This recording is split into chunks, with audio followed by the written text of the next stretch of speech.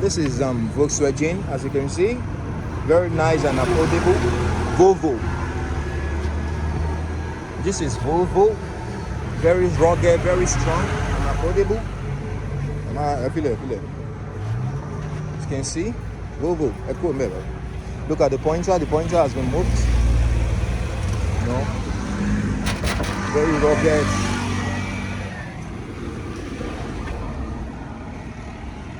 Look at the tires. Look at the inside.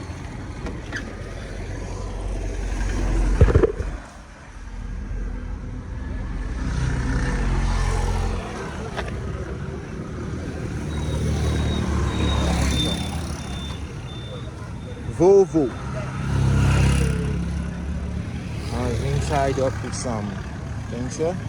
You can see it's Volvo. Volkswagen. So it shows everything.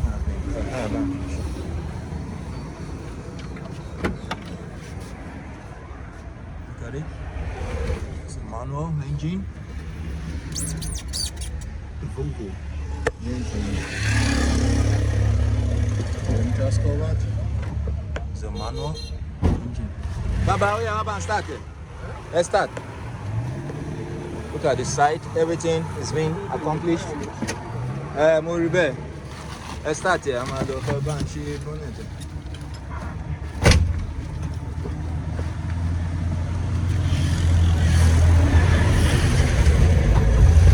As we start, Evan raise it. Raise it.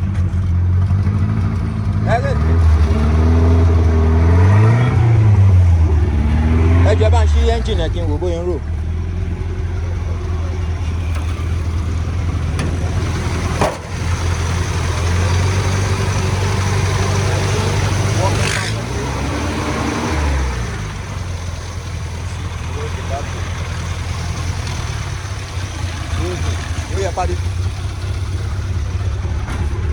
Bàbá yẹ bá mi ṣẹ́yìn yìí kí n jókòó.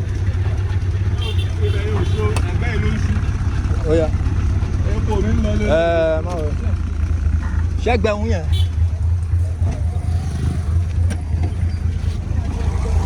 Ó yẹ jẹ́ o.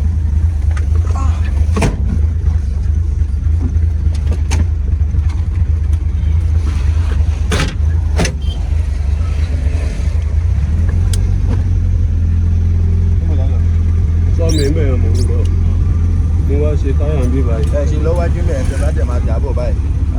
Kò síbi ní pé òkè mo gbé fọ́ọ̀mù náà.